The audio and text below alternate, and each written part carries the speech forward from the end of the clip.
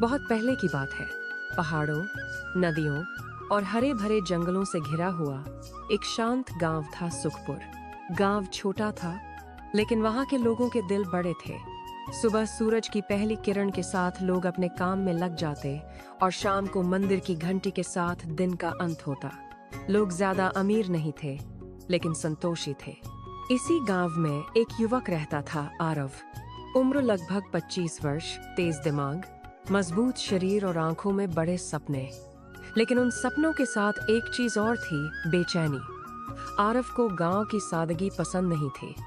उसे लगता था कि ये जगह उसकी काबिलियत को दबा रही है। वह हर दिन सोचता कि वह दूसरों की तरह पूरी जिंदगी खेतों में मेहनत करते हुए नहीं बिताएगा। आरव के पिता हरिनाथ एक साधारण किसान थे, मिट्टी से जुड़े हुए, ईमानदार और शांत स्वभाव के। माँ कमला बहुत ही समझदार और धैर्यवान महिला थीं। वे अक्सर आरव को समझाती, बेटा, बड़ा बनने के लिए पहले अच्छा इंसान बनना पड़ता है। लेकिन आरव को ये बातें पुरानी लगती। उसे लगता था कि दुनिया तेजी से आगे बढ़ रही है और जो धीरे चलता है वह पीछे रह जाता है। एक दिन आरव गांव की पहाड़ी पर बैठा था। नीचे गांव छोटा सा दिखाई दे रहा था। दूर शहर की ऊंची इमारतें धुंध में चमक रही थी। उसके मन में विचार आया, वहां पैसा है, नाम है, इज्जत है और यहाँ सिर्फ इंतजार। उसी शाम गांव में एक अजीब सा व्यक्ति आया। लंबी दाढ़ी, साधारण कपड़े और आंखों में गहरी शांति। लोग कहने लगे कि वह एक ज्ञानी साधु है जिसने दुनिया देखी है। साधु पीपल के पेड़ के नीचे बैठ गया। लोग अपने दुख सुख लेकर उसके पास आने लगे। आरव भी वहां पहुंचा। उसने बिना झिझक पूछा, बाबा, क्या ऐसा कोई तरीका है जिससे इंसान जल्दी अमीर बन सके? साधु ने उसे ध्यान से देखा और हल्की मुस्कान के साथ बोला, जल्दी पाने की इच्छा इंसान को अंधा कर देती है। आरव को यह जवाब पसंद नहीं आया। वह कुछ कहता, उससे पहले साधु ने कहा, अगर तुम्हारे भीतर धैर्य नहीं है तो जो मिलेगा वह टिकेगा नहीं। आरव जाने ही वाला था कि साधु ने उसे रोक लिया। गांव के पुराने जंगल में एक सूखा कुआं है। वहां किस्मत और परीक्षा दोनों साथ मिलते हैं। लेकिन याद रखना, वहां जो मिलेगा वह तुम्हारे मन के अनुसार होगा। यह सुनते ही आरव की धड़कन तेज हो गई। उसी रात वह जंगल की ओर निकल पड़ा। रास्ता डरावना था, ऊंचे पेड़, अजीब आवाजें और गहरा अंधेरा। लेकिन उसके मन में डर से ज्यादा लालच था। काफी देर बाद वह कुएं तक पहुंचा।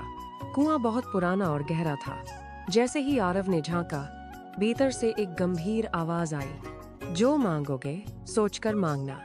आरव ने बिना रुके कहा, मुझे धन चाहिए, बहुत सारा धन। कुएं से एक सोने का सिक्का बाहर आया। आवाज फिर गूंजी, हर दिन एक सिक्का मिलेगा, इससे ज्यादा चाहोगे तो सब खो दोगे। आरव ने हाँ में सिर हिला दिया, लेकिन मन में उसने सोचा, एक सिक्के से ही शुरुआत है। अगले कई महीनों तक हर दिन एक सिक्का मिलता रहा। आरव ने किसी को कुछ नहीं बताया। उसने शहर जाकर छोटा व्यापार शुरू किया। धीरे धीरे उसका काम बढ़ने लगा। लोग उसकी तारीफ करने लगे। कुछ ही सालों में वह अमीर बन गया। बड़ा घर, नौकर, घोड़े, सब कुछ। लेकिन उसके चेहरे से सुकून गायब हो गया था। उसे हर वक्त डर लगता कि कहीं ये सब चला न जाए। उसे हर किसी पर शक होने लगा। माता पिता से दूरी बढ़ गई। माँ जब समझाती तो वो चुप नहीं रहता, बल्कि गुस्से में बोल पड़ता। एक रात उसने सोचा, अगर मैं ज्यादा मांग लूं तो मुझे मेहनत ही नहीं करनी पड़ेगी। वह कुएं के पास गया और बोला, आज मुझे 5 सिक्के चाहिए। कुएं की आवाज भारी हो गई। लालच रास्ता बदल देता है। फिर भी 5 सिक्के मिल गए। अब यह सिलसिला बढ़ता गया। जितना ज्यादा मिलता उतनी ज्यादा चाह बढ़ती गई। एक दिन आरव ने सबसे बड़ी भूल कर दी। उसने कहा, मुझे इतना धन दे दो कि मुझे कभी किसी की जरूरत न पड़े। धरती कांपने लगी। तेज रोशनी हुई। जब होश आया तो आरव उसी पुराने कपड़ों में था।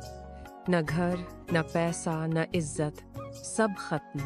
टूटा हुआ आरव कई दिनों तक भटकता रहा, भूखा, थका और पछतावे से भरा हुआ। उसी जंगल में उसे वही साधु मिला। आरव रो पड़ा। साधु ने कहा, जो खोया है वह वस्तु थी, जो पाया है वह समझ है। आरव वापस गांव लौटा। अब वह बदल चुका था। उसने मेहनत शुरू की, लोगों की मदद की। समय के साथ लोग फिर उस पर भरोसा करने लगे। अब आरव अमीर नहीं था, लेकिन संतुष्ट था।